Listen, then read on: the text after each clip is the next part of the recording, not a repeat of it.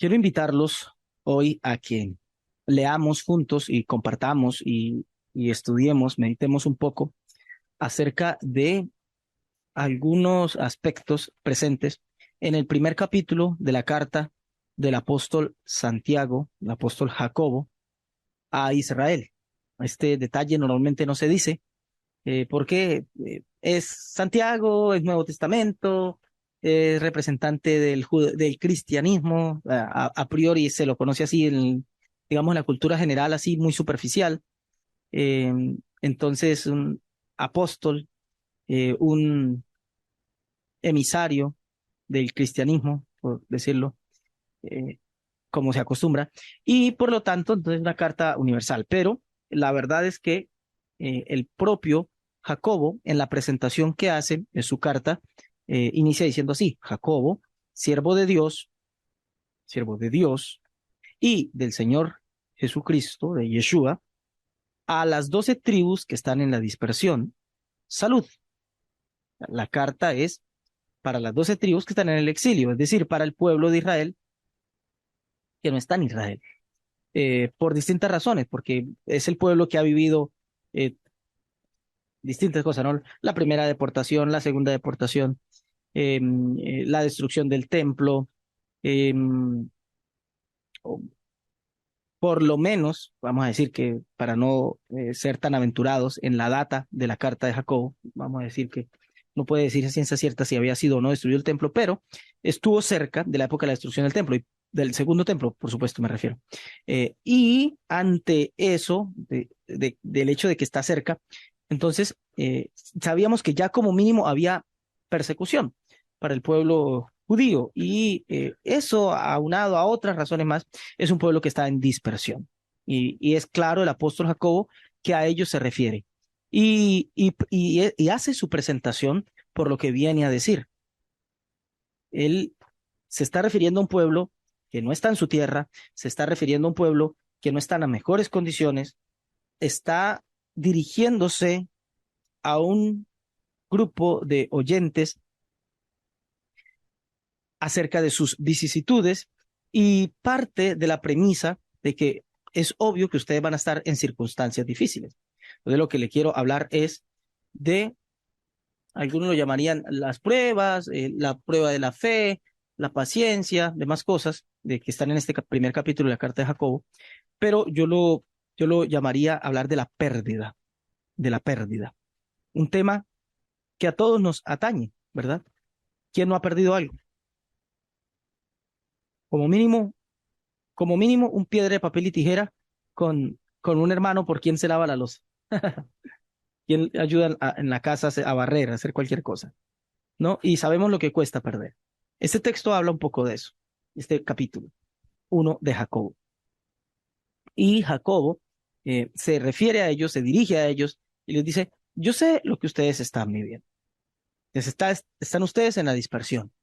Y luego se dirige y entra de lleno en lo que el pueblo está viviendo. Les dice: hermanos míos, tengan por sumo gozo cuando se hallen en diversas pruebas. ¿Por qué yo digo que aquí estamos de frente ante la realidad de la pérdida? Porque cuando dice tened por sumo gozo cuando os halléis en diversas pruebas, significa estabas en un estado X y de repente te das cuenta que ahora estás en prueba. Cuando os halléis, cuando os descubráis, cuando os fijéis y os percatéis de que estás en la prueba. Luego, ¿a qué llamamos nosotros prueba? No voy a traer aquí definiciones ni teológicas, ni filosóficas, ni muy profundas, ni del diccionario tampoco. Pero hablemos abiertamente y rápido. Nosotros, ¿a qué llamamos prueba?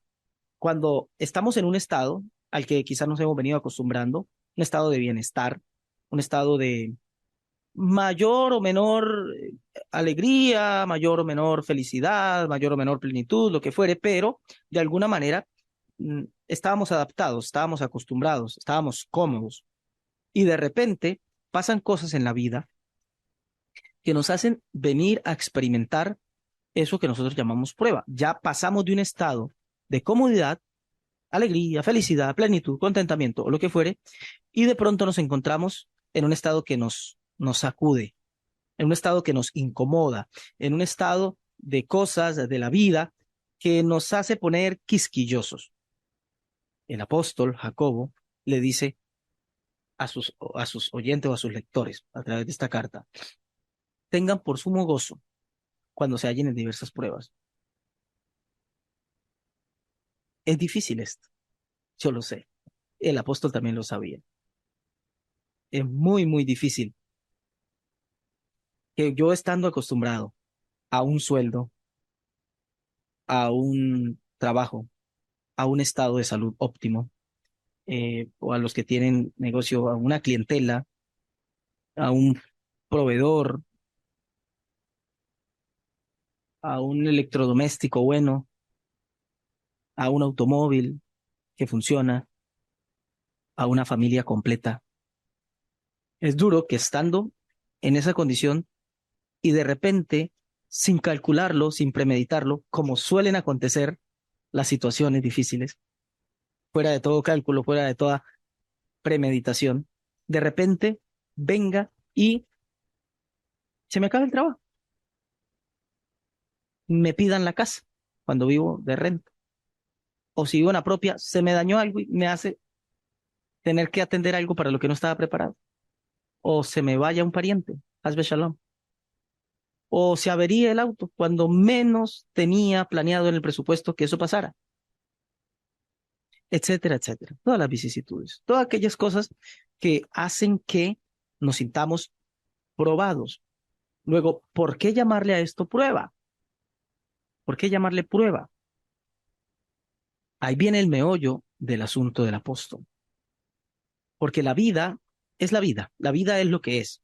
Esta dinámica consciente, este trasegar, esta experiencia consciente, continua, eso que llamamos la vida, está llena de todos los ingredientes que le vemos.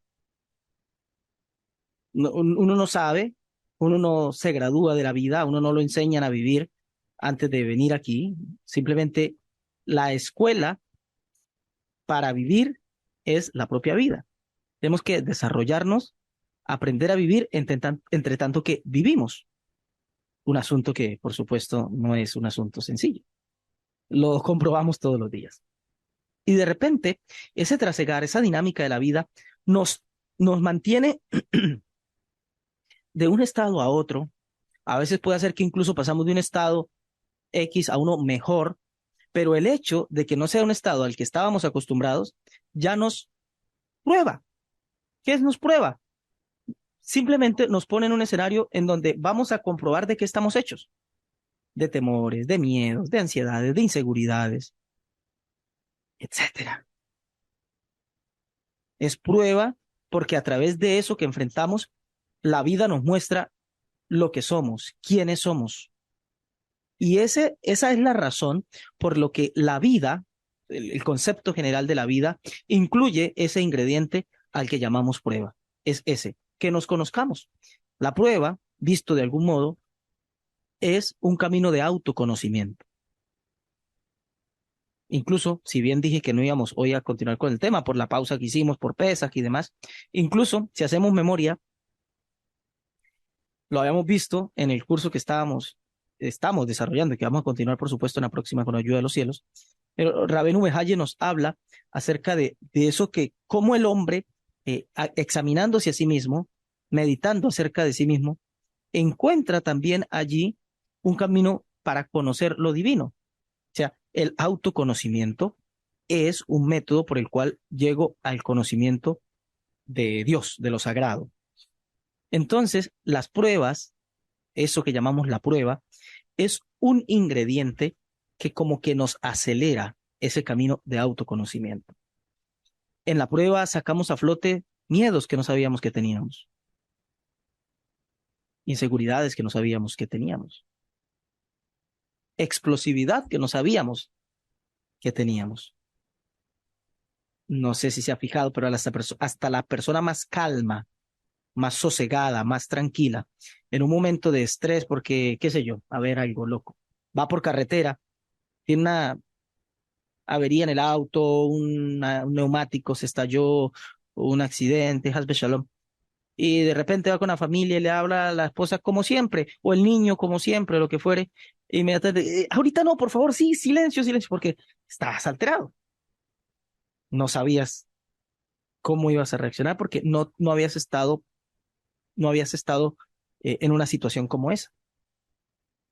Ahora, podemos llevarlo a escenarios todavía más difíciles. Cuando de repente un diagnóstico, ni siquiera en ti, en tu mamá, en tu papá, en tu hermano, en tu abuela. No esperabas eso. Lamentablemente, los seres humanos, o no sé si lamentablemente, vamos a decirlo realistamente, tenemos algo y es de que vivimos casi creándonos costumbres. Nos creamos la vida que queremos tener. Aquí voy a vivir, este va a ser mi horario, este es mi trabajo, estas son las funciones, esto, aquello. Nos creamos eso, ese escenario, esa película de la vida, y nos gustaría que nadie nos la moviera, que no hubiera ningún detalle que altere nuestra agenda, nuestra rutina, nuestro modo de ver la vida.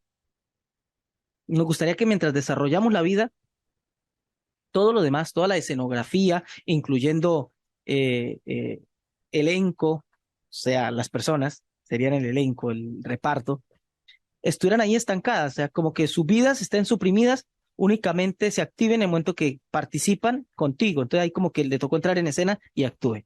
Pero las medianas cosas, las mínimas cosas que pasan con aquellas personas y no estaban dentro de nuestra premeditación, ya me desajusto. Bueno, eso es prueba. Pero está escrito, dice el apóstol, cuando ustedes se hallen en diversas pruebas, tengan sumo gozo. ¿Por qué? Luego asocia la prueba con otra palabra. Dice, sabiendo que la prueba de vuestra fe produce paciencia. O sea, entran dos palabras más, ¿no? Pero inicialmente entra en la fe, la certeza. O sea, toda prueba viene a probar, además de a ti, viene a probar tu certeza, tu confianza, tu fe. Y yo creo que aquí fe incluye todo lo que es emuná, bitajón. Esta palabra fe aquí incluye todos los conceptos relacionados con la seguridad que tienes en lo divino, eh, acerca del mundo en general y acerca de tu vida en particular, con cada una de sus prolijidades, con cada una de sus vicisitudes, con cada uno de los pequeñísimos detalles que tienen que ver con tu vida. Dice el apóstol que la prueba te prueba a ti mismo, pero prueba de qué estás hecho y prueba dónde tienes tu confianza, dónde tienes tu certeza, de qué estás seguro, de qué estás seguro. ¿Por qué? Porque cuando vienen pruebas, te mueven, te muestran lo que eres. Entonces te das cuenta de que no eres necesariamente lo que creías que eras. Entonces, ¿qué pasa? Cuando nos descubrimos a nosotros mismos y nos damos cuenta, oh, mira, yo pensé que yo era esto, más esto, más esto, más esto, y me doy cuenta que también tengo esto, y también esto otro, y también me ofusco, y también se me acalora la sangre, y también me da miedo, y también me da ansiedad, y también el estómago se me revuelve cuando se viene una cosa tras otra tras otra. ¿Qué pasa ahí? ¿Qué pasa ahí? ¿Qué dijimos que nos venía diciendo Rabenu Bejaye en el curso de los deberes de la conciencia? El camino del autoconocimiento es un camino para llegar al conocimiento de lo sagrado. ¿Por qué? Porque hay un punto intacto en nosotros donde hay algo de la divinidad de nosotros. Entonces, ¿qué pasa cuando nos conocemos? Que al darnos cuenta que no somos tan como creíamos, entonces puede fácilmente venir a nuestra mente la idea de que tampoco lo divino es lo que creíamos. Y puede que así sea. Pero el asunto es qué tanto eso en lo divino, qué tanto eso en la divinidad que yo no conocía, y ahora me estoy dando cuenta que también hace parte de él, de lo divino, qué tanto me, me beneficia o perjudica, o sea, qué tanto me hace bien, qué tanto me hace bien. Ahí es donde la fe, perdón, es puesta a prueba, porque un axioma principal de la fe, de hecho lo dirá, voy a saltarme unos versículos, lo dirá el mismo apóstol que en este mismo primer capítulo de Jacobo, dice, no se engañen ustedes, ¿no? no cambian las cosas, no cambian el modo de ver la vida, porque toda buena dádiva y todo don perfecto proviene de lo alto, del Padre de las luces, en quien no hay mudanza ni sombra de variación. A lo que está diciendo aquí el texto es que de Dios solo viene lo bueno. Esto es Santiago, Jacobo 1:17. Toda buena dádiva, todo don perfecto desciende de lo alto, del Padre de las luces, en el cual no hay mudanza ni sombra de variación. Entonces, ese es el pequeñísimo detalle especial que tiene la prueba. No, yo no sabía que podía sentir todos estos sentimientos tan feos que siento cuando la vida me pone a prueba.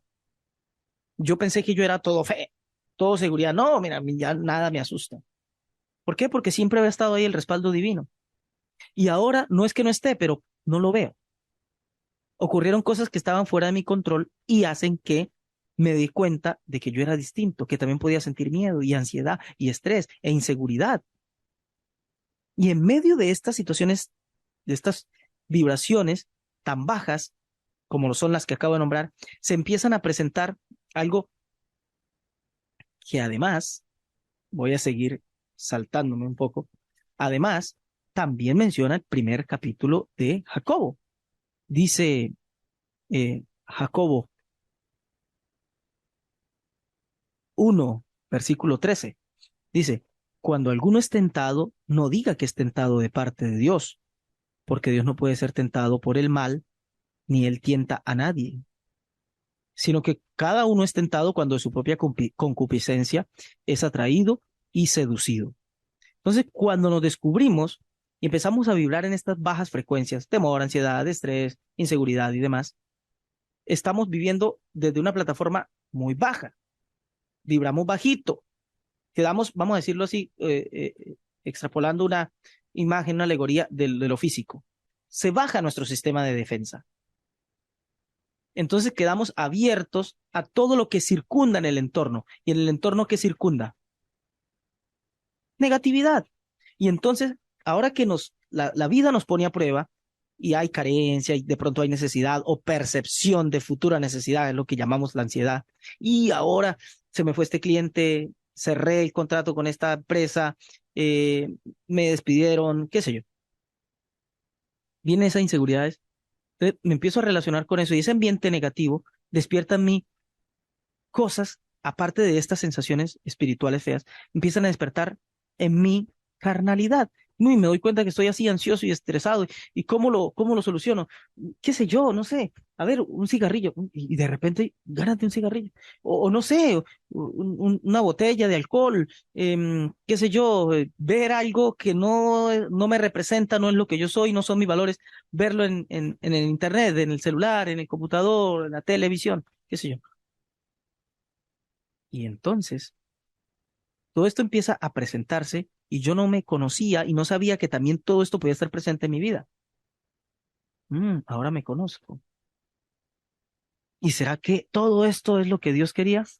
Cuidado, el apóstol se anticipa y dice, cuando alguno es tentado, no diga que es tentado de parte de Dios, sino que de su propia concupiscencia. ¿Por qué? Porque de Dios solo puede venir lo bueno. Porque también el apóstol se anticipó y dijo, toda buena dádiva y todo don perfecto desciende de lo alto, el Padre de las luces. También lo dice el Talmud. De Dios, de lo divino, de los cielos, solo puede venir lo bueno. Solo puede venir lo bueno.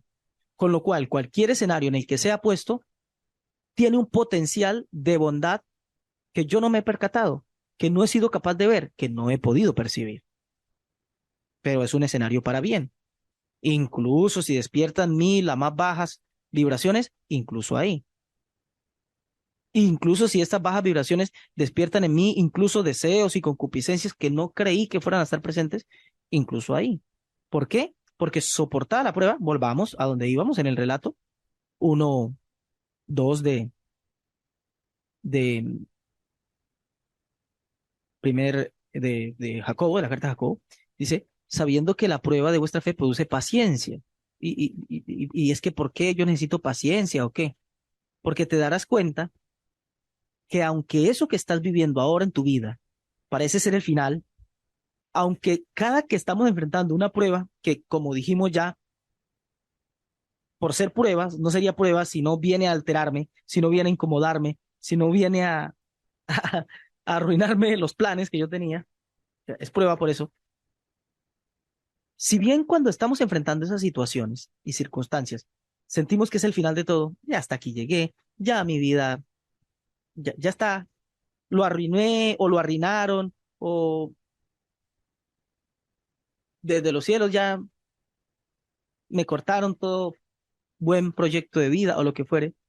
Si bien cuando estamos en un momento de prueba pareciera ser así, te darás cuenta, nos daremos cuenta que para nada es el final. Por eso dice el apóstol, es necesaria la prueba de la fe, porque al ser probada la fe, tus certezas, tus seguridades, no sería certeza si al ser probada no sale airosa. Entonces no sería certeza, sería falsa seguridad. Pero es certeza cuando es probada y firme te mantienes ahí, entonces asientas esa verdad en ti. Y eso produce paciencia porque vas a necesitar entender que el camino es largo, no como el dicho aquí en Santander, es largo y culebrero. O quizás sí, de hecho está bueno el dicho, el camino es largo y culebrero. Significa es extenso y está lleno de culebras, de serpientes, de ponzoñas que vienen ahí para seguirnos probando. Y aunque sintamos que es el fin, no es el fin. O consultemos con Elías a ver cómo le fue. Elías, igual que nosotros, de hecho,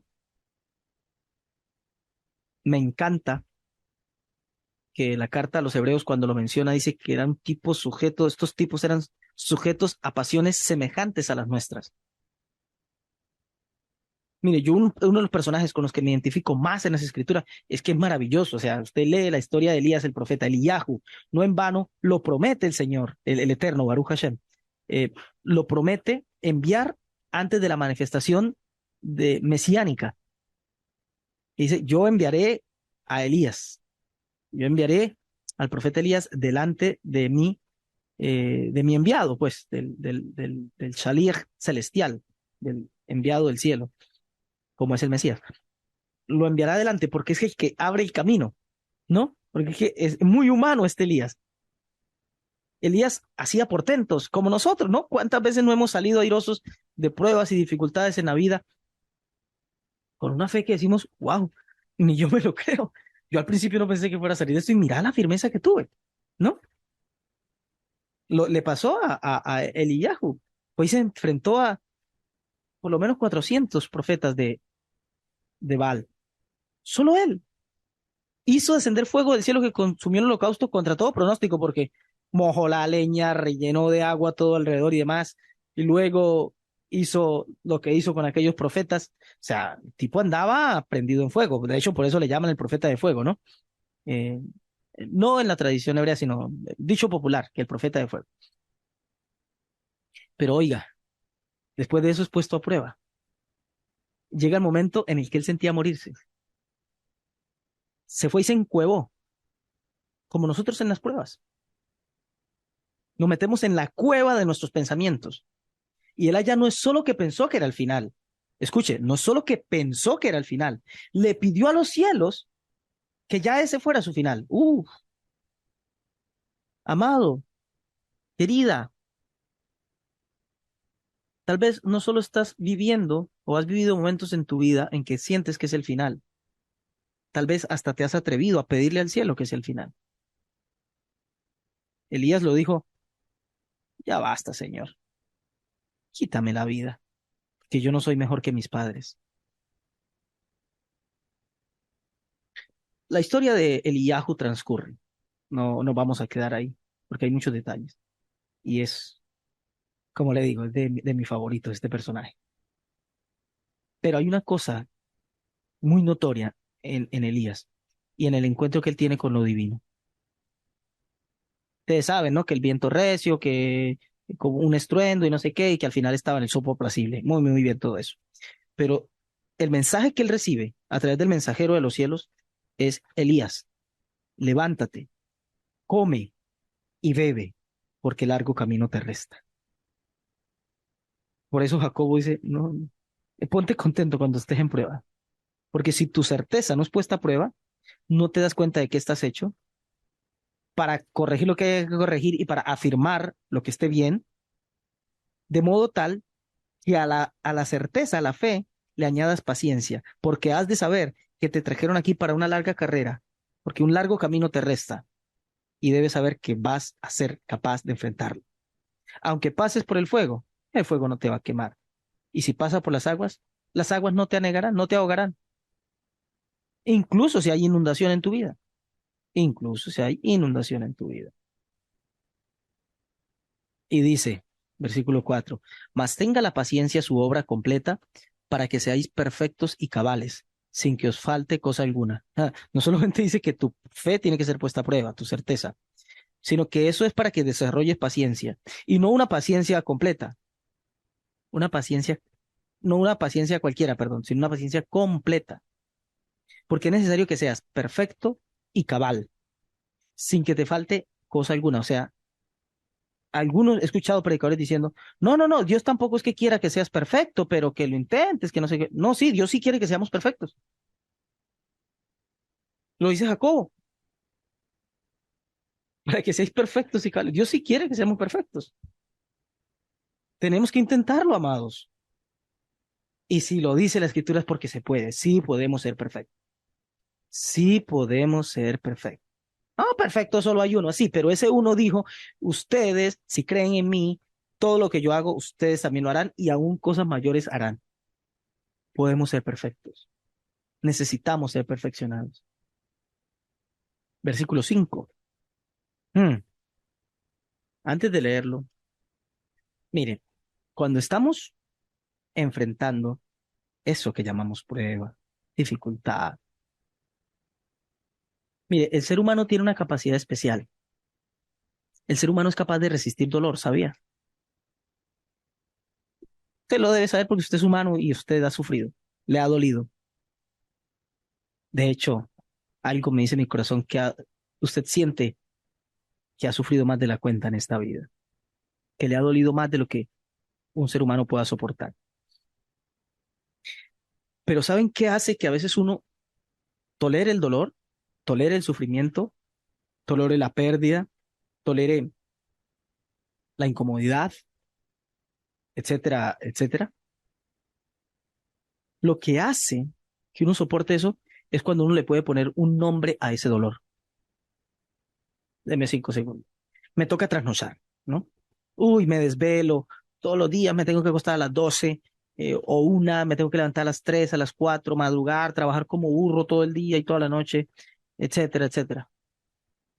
Pero ese sufrimiento tiene un nombre, la casa propia que estoy pagando, la carrera que estoy estudiando, el negocio que estoy levantando, ¿verdad? Hay algo ahí, hay un impulso extra que nos mantiene para adelante, vamos para adelante. Pero la dinámica de la prueba, o sea, de ese estado en el que de pronto nos hallamos, en el que no sabemos por qué llegamos a ese punto de la vida, no sabemos si me equivoqué, si fui muy bruto, si puse en juego mi trabajo, o aquel cliente, o aquel proveedor, o me equivoqué de carrera, o qué sé yo, me equivoqué de persona. Pero cuando estamos en ese estado en el que viene, nos visita la prueba, una cuestión, algo nuevo que me pone a prueba, resulta que ahí no hay tiempo de yo decir, bueno, ¿y esto viene para mí por qué? O sea, no le puedo poner nombre propio al sufrimiento, no le puedo poner nombre propio al dolor. Lo que estoy sintiendo, lo estoy sintiendo y además viene para agregarle sal a la herida el hecho de que no sé si esto tiene algún sentido, no sé si eso tiene algún propósito, no sé si esto me va a conducir a algo. ¿Para dónde voy? ¿Por qué este dolor? ¿Por qué si todo venía tan bien, mis hijos estudiando, trabajando, aquí, allá, cómodo, las cosas marchando, y de repente este diagnóstico, ¿con qué propósito? Solamente para amargarme la vida, solamente para hacerme sentir dolor y ahora tengo que adaptarme a citas, a más gastos, ahora quién lleva al niño, quién recoge la niña, quién esto, quién ayuda en la casa, quién aquello, quién todo esto, todo lo que genera la indisposición, menos tiempo para el ocio, menos tiempo para el disfrute, menos tiempo con aquello, y no saber por qué. Es tormentoso. Porque, como le decía, es sufrir, cuando le puedes poner nombre al sufrimiento, me lo banco. ¿Dónde hay que firmar? ¿Dónde hay que firmar? Pero cuando no, duele. Y en esos momentos le agregamos una palabra más, un concepto más que agrega aquí el apóstol Jacobo. Veníamos hablando de qué? Prueba. A la prueba le añadió fe, certeza, emuná, bitajón. Luego le agregó paciencia. Luego dijo que esa paciencia debe ser completa para conducirnos a la perfección y a la cabalidad. Pero luego entra con un concepto. Dice, si alguno de vosotros tiene falta de sabiduría, pídala a Dios. Uno diría, pero qué desprolijo, ¿no? Qué desordenado Jacobo en su carta. ¿De qué vas a hablar, amigo? ¿De la prueba, de la paciencia, de la fe, de la perfección? Ahora sabiduría. Háblame de un tema, porque de por sí no es fácil leer e interpretar bien las escrituras, ¿no? Y ahora viene y me tira una sartalada de temas. Coge uno por uno, Jacobo, por favor. Pero aquí entra con la sabiduría, la jojma. Dice, y si alguno tiene falta de sabiduría, pídala a Dios, el cual da a todos abundantemente y sin reproche y le será dada. ¿Por qué lo dice el apóstol? Porque sabe que en esos momentos de tensión, en esos momentos duros, vamos a llegar a dudar de todo. Y ya no es esa duda contraria a la fe, ya es la duda contraria a la sabiduría. Es decir, ya no sé nada. ¿Qué es sabiduría? Saber, ¿no? Sabiduría. Yo le dije que no íbamos a ir ni con conceptos hebreos ni definiciones. Jochma en hebreo, para quien se lo pregunte, pero no vamos a entrar a esos detalles ahorita. Ni filosofía, ni misticismo, ni teología. Hoy es, ¿cómo llamamos a esto? ¿Una clase humanista? No sé, de corazón a corazón. ¿Sabe el apóstol Jacob que en esos momentos viene y nos visita la duda? Como le digo, no la duda contraria a la fe, sino la duda contraria al saber. Yo siento que no sé nada. Señor, me vas a perdonar, pero ya mis convicciones más firmes fueron removidas y mi conocimiento mayor aún. Ya no sé. No sé si tiene algún propósito el dolor. No sé si tiene algún propósito mi dolor. Porque hablar del dolor, amado, tranquilo, el dolor tiene un propósito, el dolor viene para probarnos, el dolor viene para hacernos más fuertes, el dolor nos hace hombres, el dolor nos madura en la vida, el dolor convierte a un niño en un hombre espiritual. Pa. Decir eso es bonito. Ay, yo he escuchado unos sermones esos impresionantes, te hacen erizar la piel. Pero hablar del propósito de mi dolor, ahí se mueve todo. Y le decimos al cielo, yo no sé la verdad. Yo no sé si el dolor tiene algún propósito. ¿Se acuerdan de Job? ¿Se acuerdan de Job? ¿Se acuerdan de los tres amigos de Job que le dieron tesis? Mire, usted saca y son obras filosóficas, poéticas, teológicas de los discursos de cada uno de los amigos de Job. Y Job viene y les dice, ustedes se han regado, han hecho compendios teológicos, porque ustedes hablan del dolor ajeno y yo soy el que estoy sintiendo. Y para su información, yo ni he pecado, ni me he rebelado, etcétera, etcétera. Todo lo que dice Job en su defensa.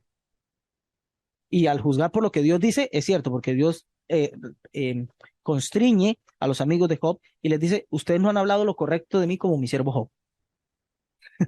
Además, también dice el autor bíblico, en todo esto no pecó Job con su lengua. O sea, él no pecó en lo que dijo. Porque es que el que sufre es el que, como el dicho colombiano, quien lo vive es quien lo goza. Quien vive el dolor, a quien se le sacuden los cimientos de su conocimiento, es el que puede hablar del propósito de su dolor. Y dice el apóstol Jacobo, que yo sé que vas a llegar un momento en tu vida, en el dolor, en donde no le vas a encontrar sentido a nada por la prueba que estás viviendo. Te quiero decir una cosa, si en un momento te sientes falto de sabiduría, pídala a Dios, dice el apóstol, el cual da a todos abundantemente y sin reproche y le será dada. ¿Por qué abundantemente? ¿Por qué sin reproche? ¿Por qué estas escalas y estas categorías? ¿Por qué se mete con estas palabras? Dice abundantemente porque sabe que en esos momentos nosotros nos cuestionamos hasta el sentido mismo de la vida. Ya no es el sentido de mi dolor, ¿tendrá algún sentido la propia vida? Por eso dice, la dará abundantemente. Es decir, hay una sabiduría en la cual no solo tu pequeñísimo problema, más pequeño que una arena del mar, tiene sentido, sino todo te será revelado, todo el sentido de la vida. Uy, o sea que voy a salir a escribir un libro. No habría lugar en el mundo para tantos libros. Y te digo algo, no vas a ser capaz de escribir ni media palabra, porque eso no es intelectual. Eso viene de lo alto, del Padre de las Luces. Pero además dice sin reproche. ¿Por qué sin reproche? ¿Acaso te va a tirar sabiduría ahí, pero tú sabes que no te la mereces, ahí por lástima? No, porque el cielo conoce perfectamente nuestra humanidad y sabe que en los momentos de duda, en los momentos de prueba, en los momentos difíciles, no es solamente que nos cuestionamos, no es solamente que no sabemos cuáles son los cimientos de nuestra fe o de nuestro conocimiento, de nuestro saber, no es solamente que le pedimos que incluso ya nos lleve, porque esto no tiene ningún sentido, sino sabe que además todo eso que ha pasado por nuestra mente llega hasta nuestras conciencias y nos hace tener una mala conciencia. Y no nos atrevemos ni a pedir a Dios que nos ayude a entender el sentido, porque decimos, yo seré digno siquiera de pedirle que me ayude a entender si hay algo de sentido en todo esto. Es que miren todo lo que he pensado, miren todo lo que he sentido, miren las vibraciones tan bajas en las que he estado, todo lo que he dejado llegar a mi mente a causa de la prueba, a causa del dolor, a causa de la incomodidad que todo esto me ha estado haciendo sentir. Y entonces, dice el apóstol, pídala, porque no solo que le será dada, no solo que será una sabiduría de esa que le da el sentido a todo, sino que te la darán sin reproche, solo porque la pides, solo por pedirte será dada, porque no eran, escuche, no eran ni poéticas, ni hiperbólicas, ni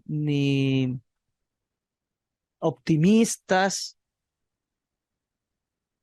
ni alegóricas las palabras del maestro cuando dijo que el que pide se le dará. Eran reales, son reales, son ahora. Pide y te será dado. El asunto es, ¿te atreves a pedir? El maestro dijo, cuando venga el Hijo del Hombre, hallará fe en la tierra. Cuando lleguen los días de la verdad, habrá todavía gente que es capaz de pedir. Amados, hoy día orar no está de moda. Hoy día pedir y creer que por pedir viene, eso no está de moda. O hay gente que, ayúdate, pero yo te ayudaré. Tal vez no lo digan, pero es la práctica. Pedir con certeza de que eso puede ser, no está de moda. Y no me importa si está de moda o no, pero somos nosotros lo que tenemos que hacerlo, volver a estar de moda. Y dice el apóstol, pero pida con fe, no dudando, porque el que duda es semejante a la onda del mar, que es arrastrada por el viento y echada de una parte a otra. No piense, pues, quien tal haga, que recibirá cosa alguna del Señor. El hombre de doble ánimo es inconstante en todos sus caminos. Oye, ¿sabes que en un momento dado vas a necesitar dirección de todo lo que está pasando? Vas a pedir sabiduría. Pero sabes una cosa, que por las situaciones que vas a vivir, va a llegar un momento en que no sabes si ese pedir de verdad va a ocasionar algo. No, es que antes capaz y Dios me escuchaba, porque había trabajo, había empleo. Yo decía, Señor, por favor, bendíceme, que no me falte nada. Y Dios me escuchaba, es que tenía un empleo. Pero ahora no sé si yo pedirle, por favor, socórreme y provéeme, no sé si vaya a tener sentido alguno, porque estoy sin empleo. Ok, entonces en realidad lo tuyo no era fe. Entonces en realidad,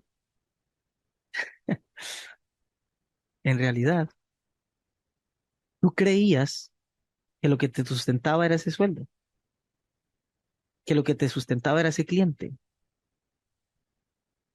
que lo que te mantenía puro, íntegro, era ese familiar sano, era esa persona a tu lado. Entonces, tu convicción y tu certeza en realidad estaban era en ese contrato. Por eso el apóstol dice, pero ojo, el hombre de doble ánimo es constante en todos sus caminos. Si yo ahora te doy eso que pides y que quieres, así, porque sí, tú seguirás siendo un hombre de doble ánimo. Solo si las cosas salen bien, te atreves a creer. Si no salen bien, dejas de creer. ¿Dónde está el crecimiento? Y es por eso que el apóstol dice, no piense quien así haga que recibirá cosa alguna del Señor. Lo puedes recibir de la aventura, lo puedes recibir porque el sol sale sobre justos e injustos, la lluvia cae sobre buenos y malos, pero tú en tu fuero interno nunca estarás seguro si lo que pasó fue que el Señor te contestó o lo que pasó es que, bueno, ya la suerte te cayó esta vez de buenas. Al final de la historia nos vamos a dar cuenta que siempre estuvo el Señor ahí contestando.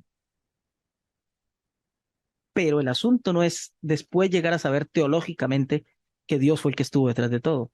El asunto es ahora, mientras tú te dueles, mientras tú sufres, mientras tú experimentas y atraviesas lo que estás atravesando, que no puedes tener ni siquiera la certeza de que todo esto tiene algo de sentido aunque te sea desconocido, de que todo esto por lo que estás pasando conduce a algún lugar aunque tú no tengas ni la más remota idea de a qué lugar sea.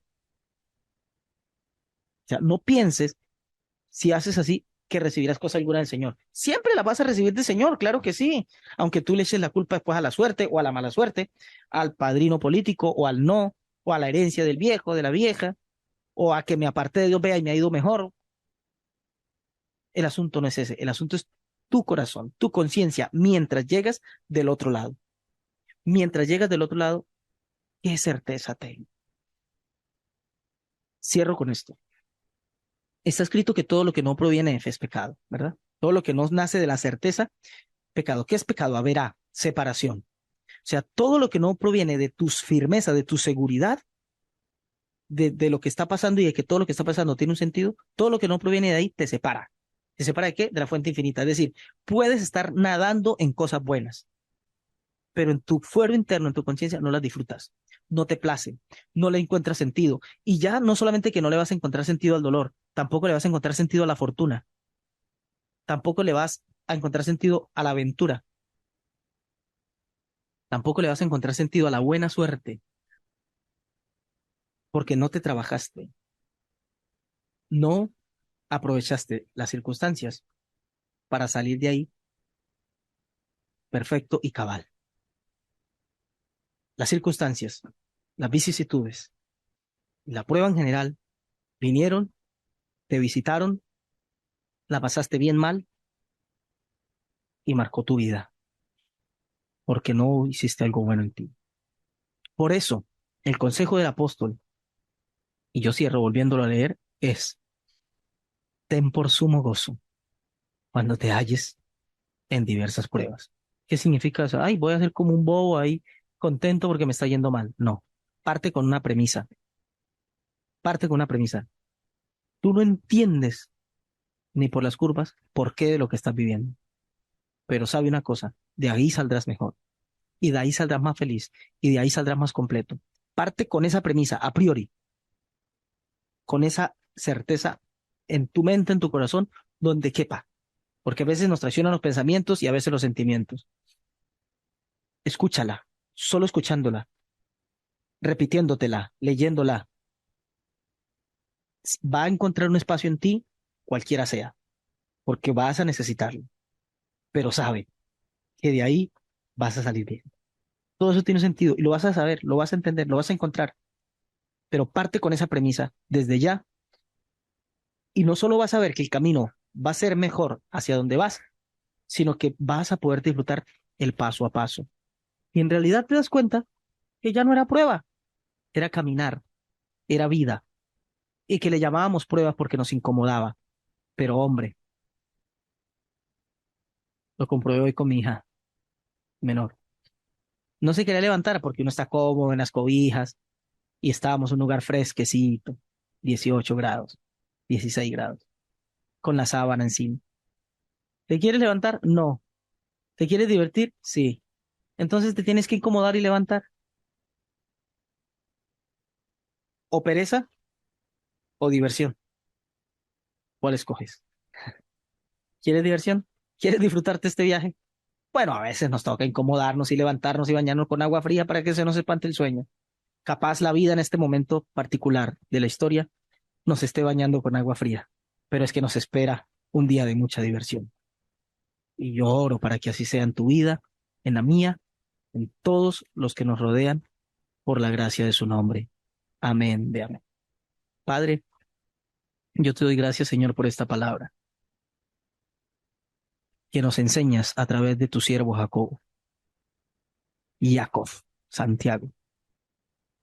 Gracias por este apóstol y por sus enseñanzas. Gracias por tu palabra, Señor. Gracias por la sabiduría depositada en estos siervos tuyos. Señor, que esto sea bendición también para nosotros.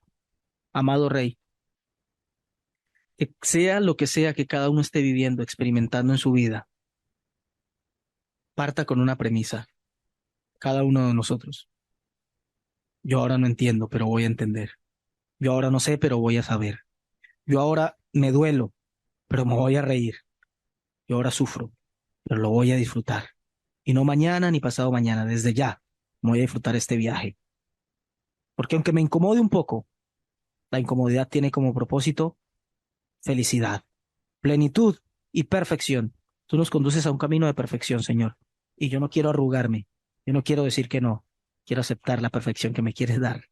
Muchas gracias, Padre Celestial. Beshem Yeshua. Amén y amén. Baruch Hashem.